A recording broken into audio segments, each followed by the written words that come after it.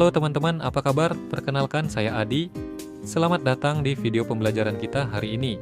Kali ini kita akan belajar bersama tentang sesuatu yang sering kita temui, tapi mungkin belum kita pahami sepenuhnya. Yuk, kita akan membahas paragraf. Apa sih paragraf itu? Yuk, kita mulai. Paragraf adalah sebuah bagian terkecil dalam penulisan yang terdiri dari beberapa kalimat yang saling berkaitan dan mengembangkan satu ide pokok. Setiap paragraf dimulai dengan kalimat utama yang berisi gagasan utama, diikuti oleh kalimat-kalimat penjelas yang mendukung atau merinci ide pokok tersebut. Dengan struktur ini, paragraf membantu mengorganisasi pemikiran dan menyampaikan pesan secara jelas dan sistematis.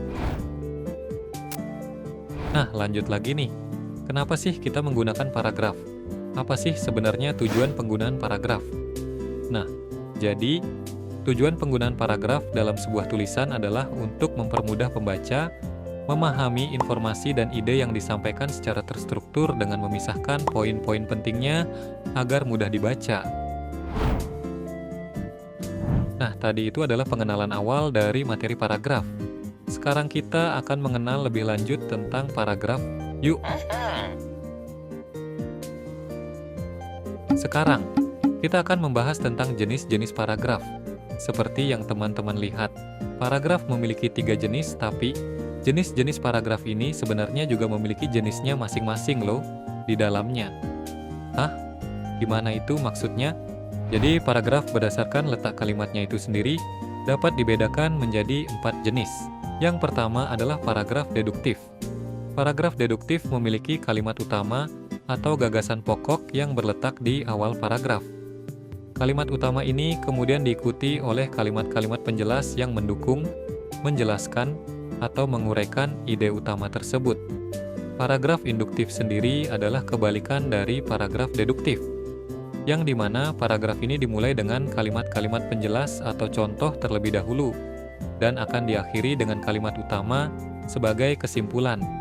Nah, selanjutnya itu paragraf ineratif. Dalam paragraf ineratif, kalimat utama berada di tengah paragraf. Kalimat-kalimat sebelum dan sesudah kalimat utama berfungsi sebagai pendukung yang menjelaskan atau memperkuat ide utama tersebut. Paragraf ini jarang digunakan tetapi bisa efektif dalam tulisan tertentu yang membutuhkan variasi dalam struktur. Selanjutnya adalah paragraf campuran. Paragraf campuran biasanya menempatkan kalimat utama di awal dan diulang atau ditegaskan kembali di akhir paragraf. Pola ini menciptakan keseimbangan antara pengenalan ide utama di awal dan penguatan atau penegasan di akhir. Nah, kalau teman-teman masih bingung mengebedainnya, simpelnya tuh gini. Jadi paragraf deduktif itu kalimat utamanya ada di awal paragraf. Induktif itu ada di akhir paragraf kalimat utamanya, ineratif itu ada di tengah, dan campuran itu ada di awal sama di akhir. Nah, teman-teman, aku ada satu soal untuk teman-teman, jadi sekalian aja, biar nggak bosen nih, teman-teman bisa menjawab soal berikut. Apa jenis paragraf berikut ini menurut teman-teman? Apakah paragraf berikut merupakan paragraf deduktif, atau induktif, atau ineratif, atau campuran? Nah, jadi teman-teman, paragraf ini adalah paragraf induktif. Dapat dibuktikan dengan diletakkannya kalimat utama di akhir berupa kesimpulan dan inti dari paragraf. Selamat untuk yang benar. Nah, selanjutnya itu masih ada jenis paragraf berdasarkan pola pengembangannya dan jenis paragraf berdasarkan tujuan penulisannya.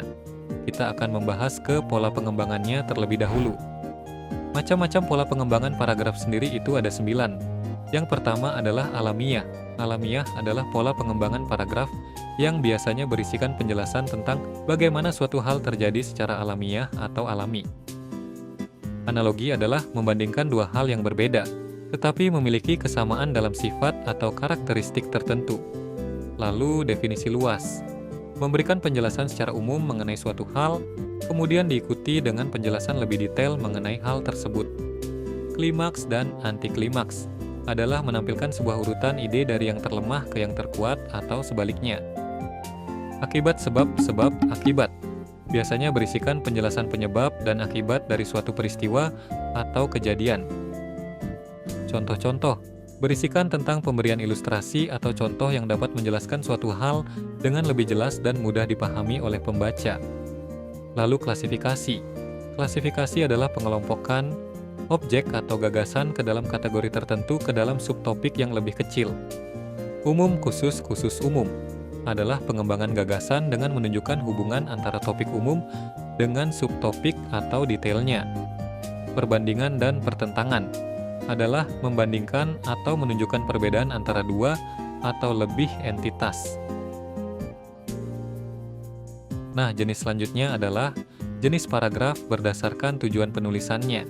Yang pertama adalah paragraf eksposisi. Paragraf eksposisi adalah paragraf yang memberikan informasi atau penjelasan objektif dan faktual tanpa opini. Biasanya ditemukan dalam artikel ilmiah atau laporan. Paragraf argumentasi adalah paragraf yang menyampaikan pendapat yang disertai bukti untuk meyakinkan pembaca, sering digunakan dalam esai atau tulisan persuasif. Paragraf deskripsi adalah paragraf yang menggambarkan objek, tempat, atau situasi dengan detail sensorik, memungkinkan pembaca membayangkan atau merasakan yang digambarkan. Paragraf narasi adalah paragraf yang menceritakan rangkaian peristiwa secara kronologis, sering digunakan dalam cerita fiksi atau novel. Paragraf persuasi adalah paragraf yang menggunakan bahasa persuasif untuk membujuk pembaca agar menerima gagasan atau melakukan tindakan tertentu. Dan yang terakhir adalah paragraf eksplanasi.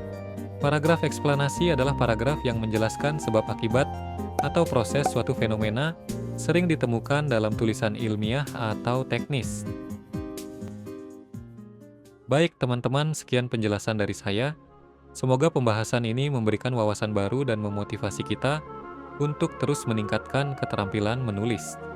Paragraf bukan sekedar kumpulan kalimat, tetapi jembatan untuk menghubungkan ide-ide besar dan memengaruhi pembaca. Dengan memahami dan menerapkan teknik penulisan paragraf yang efektif, kita tidak hanya berbagi informasi, tetapi juga membangun pemahaman dan inspirasi.